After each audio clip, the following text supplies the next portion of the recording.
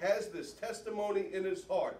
Anyone who does not believe, God has made him out to be a liar, because he has not believed in the testimony God has given about his Son.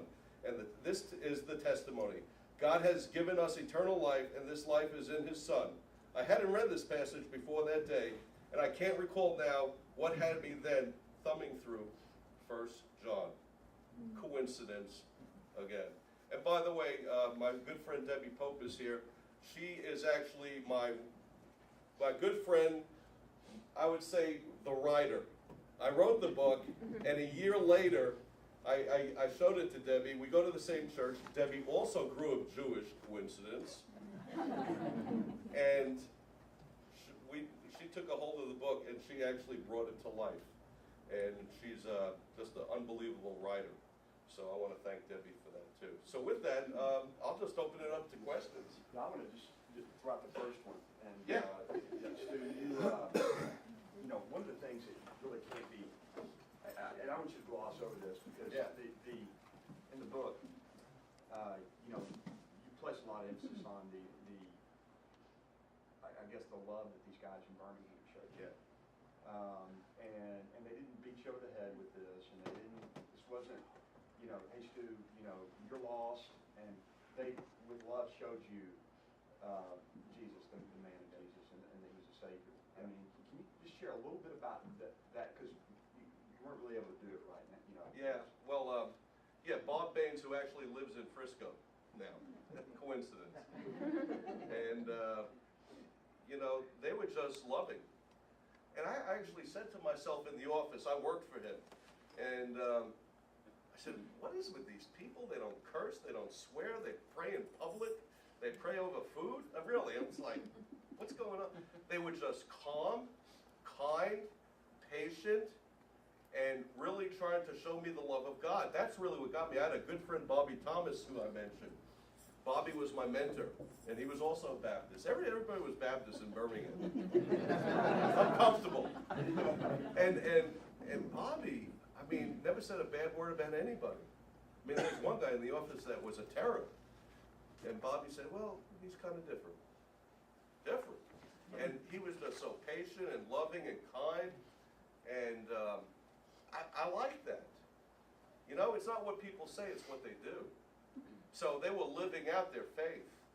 And that really kind of attracted me, you know, to what's going on here, you know? Yeah, I'm just curious, that night, I think you're in a Mexican food restaurant, Mexican right? food restaurant. Yeah, and, you know, just think about this. So here we have a couple of Christian guys that are sitting down with a guy they work with who's Jewish. Yeah.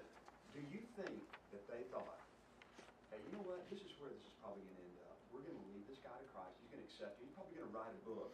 And at some point down the road, he's going to be up at Preston with Baptist Church talking to the class.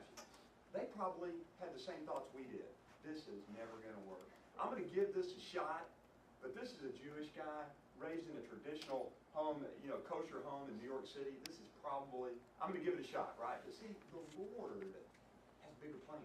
And he can take a guy like Stu, who grew up in a, you know, going to Hebrew school and going to synagogue every Saturday, and lift the veil, right? I mean, you know, I was reading last night, I think it's Romans 11, where it talks about that and Paul's defending the Hebrews, you know, the Jewish people. He's saying, but God has put them in stupor. And I do, just before we open this up for questions, I know some of you guys have them, you know, why do you think that just the Jewish nation in general, we talked about in the United States, they're 2% of the population, and you and Debbie refer to yourselves not as converted Jews, but as what? Completed Jews, right? You know, they have followed through the process. I think that's really neat. I'd never heard that, but completed Jews. But why do you think the nation of Israel, the Jews today, why do you think they have so much trouble accepting, as you say, Yeshua? Now Stu does not want to, you read this in his book, he doesn't want to completely break with the part of him is Jewish. All these years of Hebrew, and so he calls Jesus Yeshua. You know, you guys realize that, you know, first century Palestine, that's what people referred to him as. That's how they said it. But why do you think they have trouble accepting Jesus? Satan. I'm dead serious. If you read Sid Roth's book, The Incomplete Church, What happened was, in the year 132 AD, I believe, Bar Kokhba had another arising. They thought he was the Messiah, and the Jews were obliterated. 1 million Jews were killed by the Roman soldiers. And Constantine, in 300-something AD, made Christianity the religion of Rome. And remember, in the beginning, the Jews were in the temple at the same time as the Christians, all worshiping together. And then that chasm split, and anti-Semitism took place. And it was them and we, to the point that they moved Christmas to December to get away from Jesus' birth in October.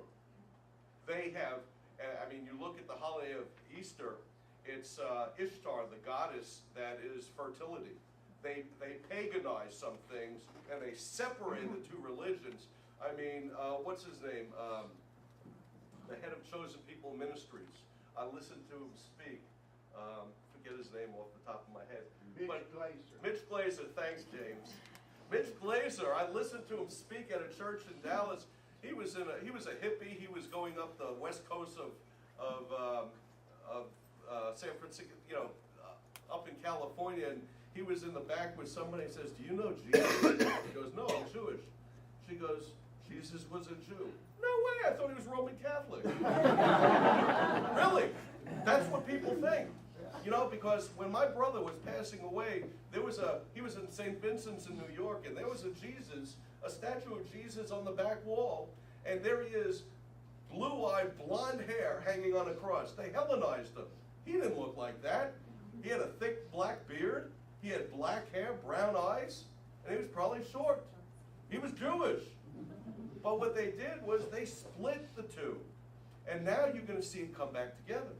Because part of the prophecy is, by the way, you look at the prophecies in the end of Deuteronomy, chapter 28, if you don't follow me, the curses, diaspora, I mean, I say it in the last few pages of the book, the torture that Israel has gone under, the Jewish people, for 2,000 years is horrendous. But let me ask you this. You don't believe in God? You don't believe in the Bible? Then tell me how a country the size of Rhode Island is the #1 contention point in the world. Still. And they're still alive. Where are the Amorites, the Hittites, the Jebusites? Where are they? And Hebrew is the national language.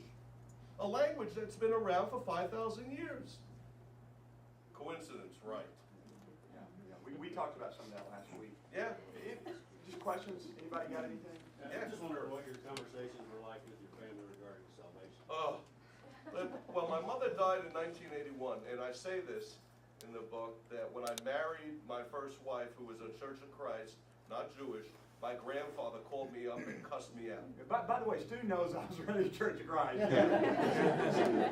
So don't be uncomfortable. Yeah, and that was my first Stu church. and I both had. We've had two partings with the. Yeah, I mean, wow. And so, my grandfather just cussed me out. And then when I became a Christian, my father comes to visit me in Birmingham, and it's Sunday morning. I'm like an idiot. I'm like, "Hey, Dad, do you want to go to church with me?" More cuss words. No, he didn't want to go to church with me. And actually, he's visited over the years, and he's there on Sunday. I said, "Dad, I got to go to church. You want to come with me?" "No." And he would ask my wife, Betty, "So what's he doing there? Is he teaching them Hebrew?"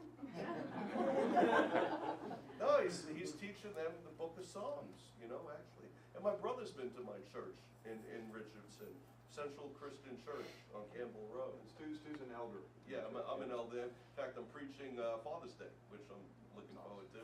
Yeah. Yeah, one of the things you talked about was that, the Jewish people do not really have the personal relationship with God. It's more of a national, right. And it also, we talked about this, and the Jewish people take a lot of hits about being so focused on money, but you talk about how when you're raised, that's part of your religion, part of your Jewish faith is to be successful financially, right?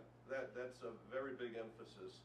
And, like school, I mean, if you're not a straight A student, you look like an idiot to the rest of the family. Don't worry about athletics, right? Right. Athletics Yeah. is not important. Not important. Yeah. But, both my brothers went to